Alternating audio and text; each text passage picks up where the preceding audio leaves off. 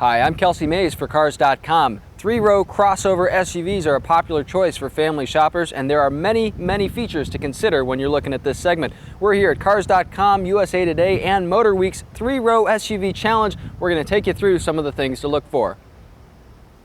Let's face it, if you're shopping for a three-row SUV, chances are it's because you have a family, but you needed towing capacity or all-wheel drive, or you just didn't want to get a minivan. Either way, a lot of these cars still take a few plays out of the minivan playbook. So you have, in a lot of cases, things like massive storage areas here, nooks and crannies along the dash that you can stash things, a big wide glove compartment, center consoles that can swallow a ton. This one's huge. Some of them even have conversation mirrors up top so you can keep an eye on the kids in back, tell them to quit horsing around.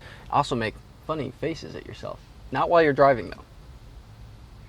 Speaking of those rear seats, how are people going to get to the third row? That's an important thing to consider, and look at how each SUV gets it done. Now, a lot of SUVs have second row captain's chairs with seating for two. Some SUVs have a three-position bench seat here, and some SUVs offer either setup depending what you want. The most important thing is that you shouldn't assume that this center aisle here is going to cut it when people are getting to the back seat. Kids will run through here, adults not so much. The best SUVs have sliding walk-in access here thanks to second row seats that just come forward in one motion, allow you to get back there.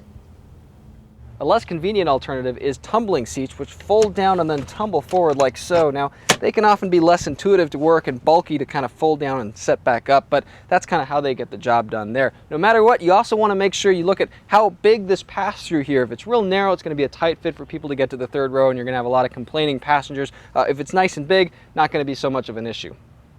Now back to that second row. Reclining second row seats are fairly ubiquitous in this segment, but a bigger differentiator are sliding second row seats. They go forward and backward. They allow second and third row passengers to work out a good compromise in terms of room, or you can even scoot them farther forward if parents want to keep an eye on a baby in a car seat or something like that. Features back here can get pretty high end. It's not just cup holders and air vents and reading lights anymore, although you should make sure there are enough of those for your family. You can get all the way up to things like heated rear seats here, dual moonroofs that go over the second and the third row, rear entertainment systems, things like side window sunshades back here. Those can make the difference between a road trip that's pretty smooth or a road trip from hell.